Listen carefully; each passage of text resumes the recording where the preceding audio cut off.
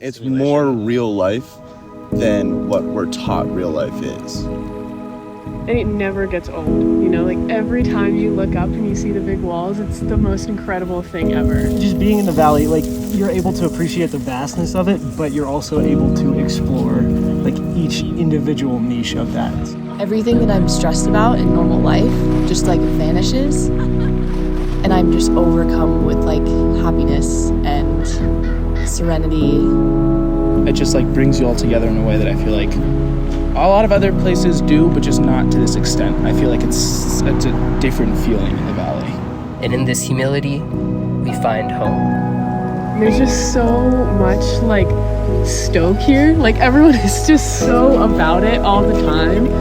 It's so, there's just no other place that like encapsulates everything as well as just Yosemite does. You're kind of isolated, but you're not that isolated, and so you don't really have to think about anything else, you know? You're kind of just here. I think to experience Yosemite in any way is to blur the line between self and world. As the years go on, we kind of all dissipate and we all go our separate ways, and it's very sad. But Yosemite seems like this like bonding week for us.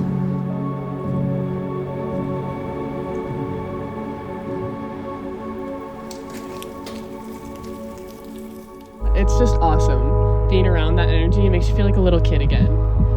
The sounds of the valley remind us that though we are strong and pervasive, there are forces at play whose scales still escape our comprehension. We'll bike around and we'll make family dinners together, and we'll jump in the river and just exist. And all of us are so content with just existing together in this beautiful place. Coming from like where I was, working my 9 to 5, it's like you're taught that's real life. Like you work your 9 to 5, you make your money, you buy your house, you start your family. But then coming to Yosemite and seeing people like highlining and climbing, and it's like, oh wait, no, that's more real life than what I'm doing. We left all of these things that feel like home, that feel like us.